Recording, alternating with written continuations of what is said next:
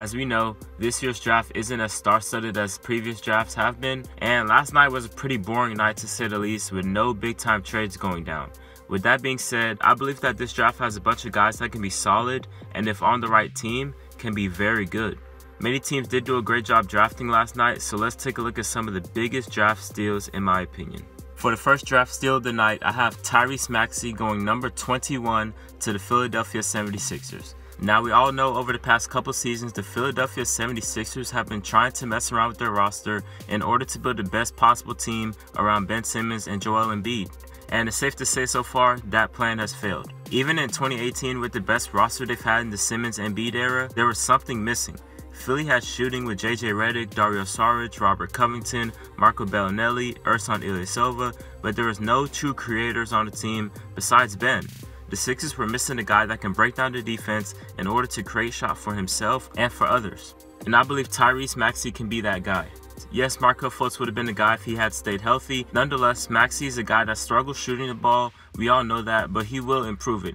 He had the 5th highest free throw percentage in the SEC last season, as he shot 83% from the line. And that's a huge indicator that he can be a very good shooter. The biggest thing with Maxey is that he's really good at attacking and creating, mostly for himself. He can break guys down and get to the rim, and finishing with an array of moves such as floaters and spin moves. He seems like a good athlete as he moves up and down the court, as he uses his shiftiness to his advantage when handling the ball. I think he'll be able to play off of Simmons, even though the shooting is not there yet. As for his creating ability, he is above average, but he's definitely not a natural playmaker. This is something Philly could really use, especially when Ben Simmons comes out of the game. The offense just looks out of sorts a lot of the time, and that really affects Joel Embiid as he tends to mentally and physically check out of games at times. With Maxey there's potential for the offense to not have too big of a drop-off once Simmons comes out of the game. You can see the effort defensively most of the time with him, and he's a very pesky defender. Maxey will have to get bigger in muscle as he's only 6'3", and he's pretty skinny. With the addition of Seth Curry and Danny Green, I don't think that Maxey would be rushed to develop a jumper, but if he does, the league better watch out. Next up, we got Deni Avdija going number 9 to the Washington Wizards. Deni is a guy that I thought the Chicago Bulls would definitely draft at 4, but they didn't. Deni's one of these crafty, skilled European players I see pretty much every year now. With the return of John Wall alongside Bradley Beal, this all-star backcourt will 100% take some of the load and expectation off of Deni's shoulders. He can play either forward spot, and I believe he'll fit in nicely with Wall and Beal. Now, with most European players that enter the NBA, the first thing we always have to ask, how will these prospects adjust to the speed of the game, the athleticism, and the physicality? With Deni being able to create off the dribble while using his very good playmaking ability, Deni can develop into some type of point forward, if everything goes well. The playmaking you see from this guy is very promising. It will be interesting to see how Deni plays alongside Rui Hachimura and how that dynamic works out. Rui is a guy that's shown flashes of ball handling and using pick and rolls. Would they be a good fit next to each other? That's a question I have there.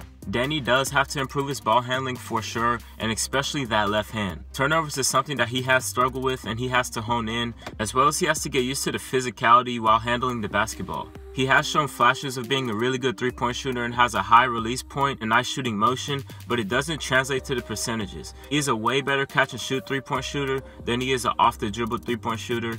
Nonetheless, he can improve shooting the ball. Defensively, he has a high IQ in a good amount of areas, but from a physical aspect, that will be concerning. Opposing offenses will have no doubt picking at Deni and force him to guard because he isn't quick laterally.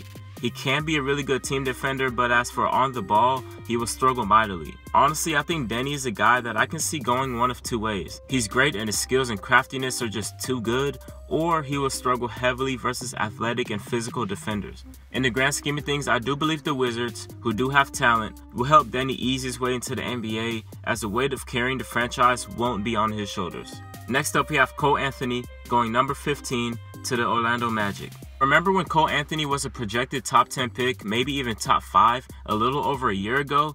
Yeah, me too. The Magic have been starving for a point guard who can be dynamic and explosive, and Cole is just that. Elfrid Payton didn't work out. Markelle Fultz has shown signs, but obviously the Magic don't believe in him 100%. Cole to me has one of, if not the highest ceiling in this draft. Anthony's an explosive scorer that can score at all 3 levels of the court.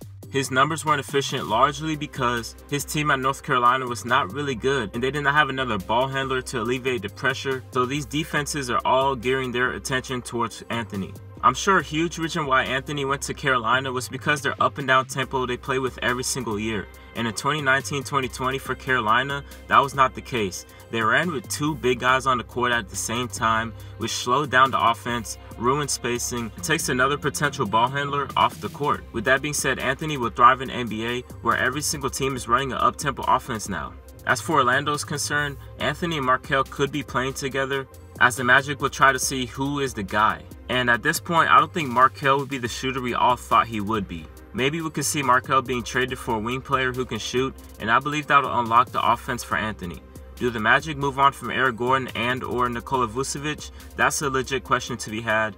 I would move on from Gordon if I'm the Magic. He hasn't made the strides that you would have hoped for. Cole needs to improve his shooting as well, as he was largely inefficient at UNC. Shot selection was a huge concern for Anthony. I believe he is a good shooter even though the shot isn't as consistent. He isn't a great playmaker as he doesn't have a natural instinct, but he can hit the open man. Defensively, Anthony competes even though he is only 6'3" and even seems shorter than that at times. He has a high motor, both sides of the court, and he's always on go mode. If Cole Anthony's shooting can be the real deal, and if the Orlando Magic can surround him with the right pieces, Anthony has the potential to be the biggest draft steal. The last main draft steal I'm going to talk about is Desmond Bane, going number 30th, going to Memphis. The first thing that jumps out when watching Desmond Bane is his physical frame. At 6'6", 215, he's a guy that can get to the rim and use his big frame and athleticism. But Bane is a top 3 shooter in this draft in my opinion, shooting an insane 43% from 3 in his career at TCU. Bane can really help out a Grizzlies team that struggles shooting the ball, as they rank 23rd when it comes to threes. Between Desmond Bane, Dillon Brooks, Jaren Jackson Jr., and Brandon Clark, the Grizzlies should be an improved shooting team surrounding Ja Morant. Bane is a great shooter all around, as he can shoot well off the dribble, he can shoot very well in pick and rolls, he can shoot very well standing still, and he can shoot very well coming off of screens. For the 30th pick in the draft, we can all understand that it's a hit or miss. Players going 30 or later in the draft do not have the high ceilings, but they can be very complementary to a team that is in need of a specific skill set, and Desmond Bane is that guy. Desmond Bane, if you're somehow watching this video right now, I just want to say good luck, man. It was great seeing you in person. Thank you for giving me those memories and making my job as exciting as ever. Keep working hard and you'll be great, man.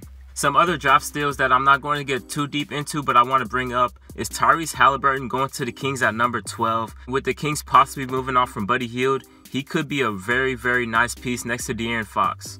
Precious Achiuwa going to 20 to the Miami Heat. I have him on here for one reason. He's with the Miami Heat. He's with Eric Spoelstra. He's with Pat Riley. They're going to develop him. Like I just said in the Tyler Hero video I just posted, they do a great job of developing talent. Tyrell Terry, who's probably the best shooter in the draft, aside from Aaron Nesmith. Since the Dallas Mavericks traded away Seth Curry last night, I guess this is somewhat of a replacement, but I think this is a very, very good pickup for the Dallas Mavericks. Tyrell Terry, amazing shooter. And with that being said, guys, that's going to wrap it up. Let me know who y'all think is the biggest draft steal. That video was not really in order, but if I had to pick one big draft steal, I would have to go with Cole Anthony. I think that guy, he has potential written all over him. He would have went top 5 probably if he did not get injured. But yeah, we'll see, man. But anyways, make sure you like and subscribe if you want to. But this is Jimmy from Just the Facts, and I'm signing out. Peace.